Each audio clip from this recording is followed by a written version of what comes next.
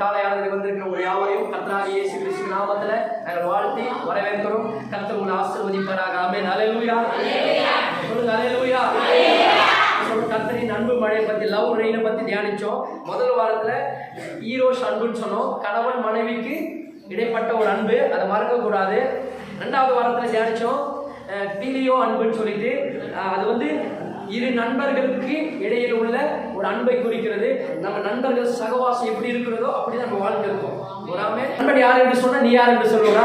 அப்போ ஒரு இரு நண்பர்களுக்குள்ள ஒரு அன்பு தான் அந்த பீலியோ அன்பு பற்றி சொல்லப்பட்டிருக்கிறது.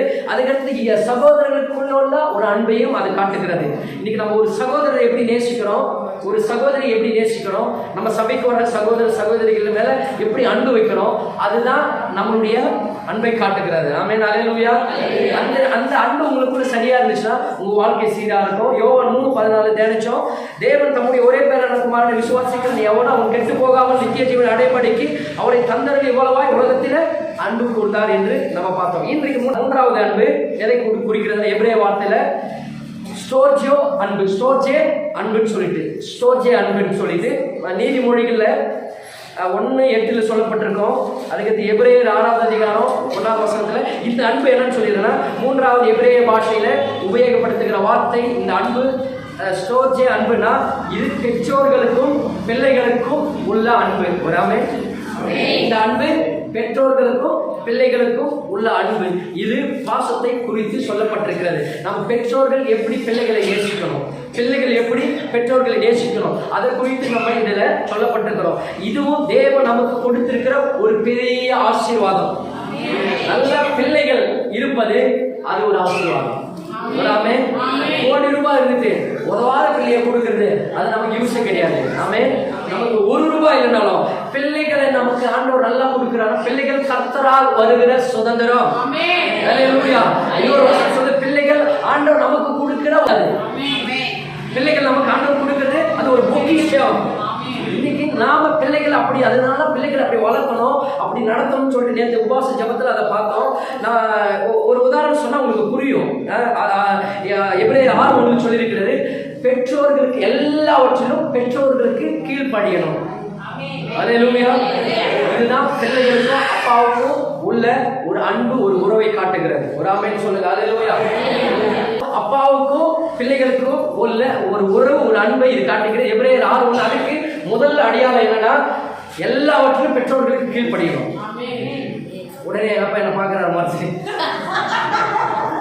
கீழ் பண்ண அவருக்கு தெரியும்.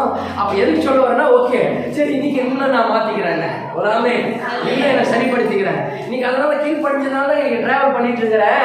ஒரு ஆமே கர்த்தர் இடைப்பட்டதுனாலதான் எங்கோ இருந்து இறங்கி வந்திருக்கிறேன். கர்த்தர் நல்லவர், கர்த்தருக்கு தெரியும். ஒரு ஆமே. ஏன்னா இது உங்களுக்கு மட்டும் இல்லை, எனக்கு தான். பிள்ளைகள் பெற்றோருக்கு எல்லாவற்றிலும் கீழ்ப்படியணும். பிள்ளைகள் சொல்லுங்க, பிள்ளைகள் சொல்லுங்க. அப்பா அம்மா இருக்கிறவங்க எல்லாருமே சொல்லுங்க, பிள்ளைகள் எல்லாவற்றிலும் பெற்றோருக்கு கீழ்ப்படியணும். சாலமோன் கேக்குதா? ஓகே, நீ வேற எங்க இருக்கிற? சரி, அப்போ பிள்ளைகள் எல்லாவற்றிலும் பெற்றோருக்கு கீழ்ப்படியணும். இதே எபேசியர் 6:3 சொல்லப்பட்டிருக்கிறது, உன் தாயையும் தகப்பனையும் கனம் பண்ணுவாயாக. அல்லேலூயா. இருக்கிற கட்டளையிலே பிரதான முதல் கட்டளை. அப்ப தாயும் தந்தையை கனம் பண்ணணும். அவங்க படிச்சிருக்கிறாங்களோ படிக்கலையோ, அழகு இருக்க இல்லையோ, நாகரம் தெரிஞ்சிருக்காங்களோ தெரியலையோ, அவங்க எப்படி இருந்தாலும் தாய் தந்தை நீ கனம் பண்ண ஆரம்பிச்சுன்னா உங்க வாழ்க்கை உயர ஆரம்பிக்கும். கர்த்தர் உயர்த்த ஆரம்பிப்பார். அல்லேலூயா.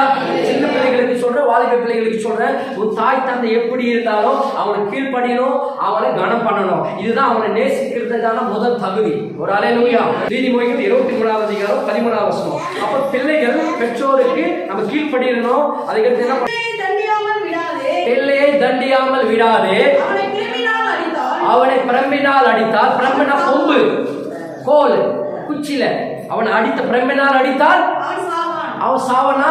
நீ அடிக்கிறது அவன் சாக போறதில்ல. நான் பிள்ளைய வளர்க்கறேன், கொஞ்சம் நேசிக்கிறேன்னு சொல்லிட்டு பிள்ளைய அடிக்காம அவனை வளர்த்துனா, இன்னைக்கு செல்லம் கொடுத்து வளர்த்துனா நாளைக்கு அவன் வேற விதமா இருப்பான். அல்லேலூயா. பைபிள் வசனம் சொல்லுகிறது, பிள்ளைகளை அடித்து கண்டித்து நம்ம வளர்க்கணும். எல்லா இடத்துல ஒரு டிசிப்ளினை கொடுக்கணும். சபைக்கு வர்றாங்கன்னா உட்காரனா உட்காரணும், நிக்கணும்னா நிக்கணும், பாடுனா பாடணும், நம்மளை பார்த்தா பயப்படணும். எந்த அளவுக்கு நேசிக்கிறியோ அந்த அளவுக்கு கண்டிப்பையே நீங்க கொடுக்கணும். அல்லேலூயா. நான் வர பின்னாடி வர ஒவ்வொன்று சொல்றேன். எந்த அளவுக்கு பிள்ளைகளை நேசிக்கணும்னு நான் சொல்றேன். அதே போல பிள்ளைகளை நீங்கள் கண்டிக்கலனா நாளைக்கு உன் பிள்ளைகள் நீ உன் கையை விட்டு மீறி, உன் கண்ட்ரோலை விட்டு மீறி போகும்போது நீ என்ன ஜோம நீ கூத்தாடு போட்டனாலும், எந்த இடத்துல போய் என்ன நீ முறுமுறுத்தாலும், நீ குறையை சொன்னாலும் உன் வாழ்க்கையில் ஒரு மாற்றம் வராது. ஒரு அல்லேலூயா. சொல்ல பிள்ளைகளை அடிக்கிறது தப்பு கிடையாது. அதனால எப்பா பார்த்தாலும் அடிச்சுட்டு இருக்குன்னு நான் சொல்ல மாட்டேன். அவன் நான் சொன்ன நேரத்து தான் ஒருத்தருக்கு சொன்ன போட்டு ஞாபகம் இருக்குன்னு நினைக்கிறேன். என்ன சொன்ன, அவன் ஒரு முறை அடிச்சியா, அதுக்கு அடுத்து அந்த அடி பயத்திலேயே அவன் நடக்கணும். ஒவ்வொரு முறை அவன் தப்பு பண்ணும்போது அடிக்க கூடாது. அவன் அப்ப அவன் தெரியணும் நீ பயப்பட. என்ன உதாரணம் சொல்ற, வேற சொல்ல போச்சு. எங்க கிறிஸ்டோ இருக்கார்ல, அவர் ஒரு முறை பெல்ட் எடுத்து அடிச்சிட்டேன், நல்லா அடிச்சிட்டேன். இன்னொரு முறை அவர் பெல்ட் எடுத்தா போதும், ஒரே ஓட்ட அழுது உடம்பாங்கினா நான் செய்ய மாட்டேன். ஒரு முறை பெல்ட் எடுத்தேன், இன்னி வரைக்கும் எடுக்கல. ஆனா பெல்ட்டை எப்பெல்லாம் போய் டேபிள் மேலேயோ என் பேண்ட்ல இருந்து கட்டும் போது உடனே அவன் அலர்ட் ஆயிடும். அந்த தப்பு பண்ணவும் மாட்டான். உட்காருனா உட்காரும், வாய மூடுனா மூடுவான். நான் சொன்னது புரியுதா? எப்பவுமே அடிக்கணும்ன்றதுக்காக இல்லை, கண்ணாமண்ணான்னு அடிக்கக்கூடாது. அதெல்லாம் ஆண்டவர் சொன்னாரு, கொம்புல அடிக்கணும்னு சொன்னாரு. ஓகே, நானாவது பெல்ட் யூஸ் பண்ணிட்டேன், தவறு. ஒரு குச்சி எடுத்துக்கிட்டு குச்சியில் அடிக்கணும், அதுதான் ஆபத்து இல்லாமல் இருக்கும். குழந்தைங்களுக்கு நம்ம அடிக்கிறதுல கவனமா இருக்கணும். கண்ணாமண்ணு அடிச்சிருக்க கூடாது பிள்ளைகளை வளர்க்கறதுல. அப்போ அதை அடிச்சுட்டு பிறகு அதே பயத்தில் அவங்களை நடத்தும் போது தான் அவங்க எதிர்காலத்தில் அவங்க ஆசீர்வாதமா இருப்பாங்க. அதே சமயத்தில் அதே பயத்தோடு வைக்கக்கூடாது. சல்லம் கொடுக்க வேண்டிய விஷயத்துல சல்லம் கொடுக்கணும், அவன் நேசிக்க வேண்டிய விஷயத்துல நேசிக்கணும், அவன் தேவைக்கு கொடுக்க வேண்டிய விஷயத்துல கொடுக்கணும், அவன் தூக்கி கொண்டாடுற விஷயத்துல கொண்டாடணும். ஆனா அதே சமயத்துல அந்த பயத்தையும், கடவுள் பயத்தையும், தேவ பயத்தையும், பெற்றோர்களை மதிக்கணும், பெரியவர்களை மதிக்கணும் என்ற கீழ்ப்படி கனம் பண்றதை அவனுக்கு சொல்லிக் கொடுக்கணும். ஒரு ஆமென் சத்தமா வரல. பிள்ளைகளுக்கு வரணும் இது. ஒரு அல்லேலூயா. ஜேசு வந்து என்னைக்கு கீழ்ப்படிஞ்சு அவங்க நேசிக்கிறீங்களோ உங்க வாழ்க்கை சிறப்பா இருக்கும். நான் இன்னைக்கு சொல்றேன், எழுதி வச்சுக்கோங்க. உன் வாழ்க்கை ஒரு நாள் திரும்பி பார்க்கும்போது உன் அப்பா, சொந்த மதம், குலம், கோத்திரத்தில், உன் ஜாதி, உன் சொந்த நடு, உன் கிராமத்தில் இல்லாத ஒரு உயரத்தில் கர்த்தர் உன் தலையை வைத்திருப்பார்.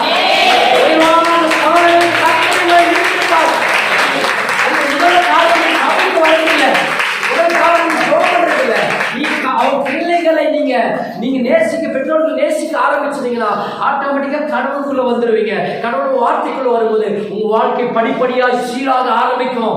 யாருக்கு தெரியும், உங்களை ஆண்டவர் இந்த தேசத்தின் அதிபதிகள் நடுவில் கர்த்தர் உங்களை அமர பண்ணுவார். இந்த சபை, இந்த ராஜ்யத்தை பிரபுக்களை கர்த்தர் ஏற்படுத்துவார். இந்த பாராளுமன்றத்தை கர்த்தர் அமர பண்ணுவார். ஒரு கிராமத்துல ஒரு ஏதோ ஒரு இடத்துல இன்னைக்கு இந்த சபை இருக்கலாம், நீங்கள் ஏதோ ஒரு மூலையில் இருக்கலாம். யாருக்கு தெரியும், ஒருவேளை நீங்கள் உங்கள் பாதத்தில் ஒரு யோசேப்பை உயர்த்தின தெய்வம் இதுக்கு உங்களே அப்படிப்பட்ட இன்சூரன்ஸ் போட்டு வச்சிருக்காங்க. பிள்ளைகள் இன்சூரன்ஸ் எடுத்து வச்சிருக்காங்க. எடுத்து வச்சுட்டு இவங்கள கட்டுறாங்க, அவங்கள கட்டுறாங்க. அதுக்கடுத்து ரெண்டு பேரும் அண்ணன் தம்பிக்கு பிளான் பண்ணாங்க. என்னமா வளர்ப்பு, என்னமா அண்ணன் பாருங்க. அண்ணன் தம்பிக்கு பிளான் பண்ணிட்டு நம்ம என்னைக்கு நம்ம லைஃப்ல செட்டில் ஆக முடியாது. அப்பா உயிரோடு இருக்க இதுல வந்து ரெண்டு பேருக்கு வந்து அக்ரிமெண்ட். ஒண்ணு இன்சூரன்ஸ் பணத்தை நீ எடுத்துக்கோ, ரெண்டாவது அவர் பணம் வேலை நான் எடுத்துக்கிறேன். அப்படி ரெண்டு பேரும் பேசிட்டு என்ன பண்ணாங்கன்னா, அவரை நம்ம சாகடிச்சுட்டா என்ன ஆகும், அந்த இன்சூரன்ஸ் பணம் எனக்கு வந்துடும். அவர் இறந்துட்டாருன்ட்டு அந்த ஜாப் நான் வாங்கிறேன்னு சொல்லிட்டு அவங்க என்ன பண்ணாங்கன்னா, ரெண்டு பேரும் ஒரு நாகப்பாம்பு, ஒரு ஆளை பிடிச்சாங்க. ஒரு நாகப்பாம்பு பிடிச்சி எடுத்துட்டு வந்து அவர் மேல கடிக்க விட்டாங்க. நாகப்பாம்பு எடுத்துட்டு அந்த பிள்ளைகள் என்ன பண்ணாங்க, பிள்ளைகள் வந்து பெற்றோரை கடிக்க விட்டாங்க. அவர் தூக்கத்தில் இருக்கும்போது கடிச்சிட்டு அந்த பாட்டு பாம்பு போயிடுச்சு. அப்புறம் பிடிச்சி போய் போட்டாங்க. அப்புறம் அவர் எழுந்துட்டு ஹாஸ்பிட்டலுக்கு காப்பாற்றிட்டாங்க. ஓகே, அவரே காப்பாத்திட்டாங்க. இது வந்து எல்லாருக்குமே தெரியல. அதுக்கடுத்து என்ன, எல்லாம் சாதாரண விஷயம், பாம்பு கடிச்சு பாம்பு வந்து கடிக்கிறதுன்ட்டு அவர் கையில பிடிச்சிருக்கிறாங்க. கரெக்டாக சொல்றாங்க. அப்போ என்ன பண்ணாங்க, அவர் கடிச்ச உடனே நேரம் ஹாஸ்பிட்டல் கூட்டு போய் காப்பாற்றிக்கிட்டாங்க. ரெண்டாவது கொஞ்ச நாள் போன உடனே திரும்ப பிளான் பண்ணாங்க, என்ன பண்ணலாம், இவர் இது மாதிரி பண்ணாருன்ட்டு அந்த பாம்பு பிடிக்கிறவங்க திரும்பி பேசினாங்க. இதை விட விஷமா இருக்கிற ஒரு பாம்பு வேணும், அவர் கடிச்ச உடனே சாகணும், இது பழிச்சுட்டாங்க, மருந்து கொடுத்து காப்பாத்திட்டான்னு சொல்லிட்டு அவங்ககிட்ட கேட்கும் போது அவர் என்ன பண்றாருன்னா, கட்டுவீரின் பாம்பை சஜஷன் கொடுத்து அந்த பாம்பை பிடிச்சு எடுத்துட்டு வராங்க. எடுத்துட்டு வந்து இவர் தூக்கிட்டு இருக்கும்போது அவர் கடிச்சிட்டு திரும்ப திரும்ப கடிக்க வச்சாங்க. ஒரு கடிக்கு தானே அவர் பேசிட்டாரு, திரும்ப திரும்ப அவர் உடம்பெல்லாம் கடிக்க வச்சிருக்காங்க. உடம்பெல்லாம் கடிச்சிட்ட பிறகு கடைசியா அவர் செத்து போன பிறகு இந்த பாம்பு இவங்களே அடிச்சு போட்டு எங்க அப்பா பாம்பு கடிச்சிதுன்னு சொல்லிட்டு நாடகம் ஆடி ஹாஸ்பிட்டலுக்கு போய் செத்துட்டுன்னு சொல்லிட்டு கடைசி அப்புறம் அந்த இன்சூரன்ஸ் பண்ணலாம் கிளைம் பண்ண வரும்போது இன்சூரன்ஸ்காரருக்கு டவுட் வர ஆரம்பிச்சு. அவங்க போலீஸுக்கு கம்ப்ளைண்ட் கொடுத்து அப்போ விசாரிக்கும் போது அண்ணன் தம்பி புறனாய் அவங்க பதில் சொல்லும் போது அதுக்கடுத்து தான் கண்டுபிடிச்சாங்க. என்னன்னா இவங்க உண்மையை சொல்ல ஆரம்பிச்சாங்க. இவங்க யாருக்கிட்டாலும் இவ்வளோ நாள் பேசுனாங்க. ஒருத்தருக்கு பணத்தை அந்த பாம்பு பிடிக்கிறவங்க நிறைய பணம் டிரான்ஸ்ஃபர் பண்ணியிருக்காங்க. இந்த காலெல்லாம் ட்ரேஸ்ஃபர் பண்ணி கண்டுபிடிக்கும் போது தான் அவங்க ஒத்துக்கிட்டு எல்லாம் சொல்லும் போது தான் என்ன நடந்துச்சுன்னா இவங்க பெற்றோரை சாகடிப்பதற்காக பிள்ளைகள் போட்ட ஒரு நாடகம். நீங்க அவர் இறந்து போயிட்டாரு, நீங்க ₹1 பலனும் இல்லை, வேலையும் இல்லை, ஜெயிலில் இருக்கிறாங்க. ஒரு ஆமென் அல்லேலூயா. இதான் சொல்றேங்க பிள்ளைகளை நான் சொல்றேன். அதனாலதான் எனக்கு சர்ச்சைக்கு வாங்க, சபைக்கு வாங்க, ஆண்டவரை பிள்ளைகளை கொண்டு வாங்க. நான் மட்டும் வரேன், நம்ம மேக்கப் பண்ணிட்டு நான் மட்டும் வந்து போயிடுறேன். என் பிள்ளைய சர்ச்சைக்கு கொண்டு வர மாட்டேன். அவன் கேட்க மாட்டான். இன்னைக்கு கேட்கல, நாளைக்கு நான் பாம்பல கிடைக்கும். பிள்ளைகளை நீங்கள் கடவுளுக்குள்ள நீங்கள் பயபக்தியோடு நீங்க என்னைக்கு வளர்க்க ஆரம்பிக்கிறீங்களோ அவங்க வாழ்க்கை நல்லா இருக்குங்க. நான் சொல்லிட்டு பிள்ளைகள் எப்படி இருக்குது, என் ஆண்டவருடைய பிள்ளைகள் எல்லாம் எப்படி 100 வயசுல குழந்தை பிறக்கிறார் ஈசாக்கு 14 வயசு, ஆபிரகாம் 114 வயசுல அப்பா கூட வராரு. அப்பா தூக்கிட்டு வர வேண்டிய அந்த விறகு கட்டி அவன் தலைமையில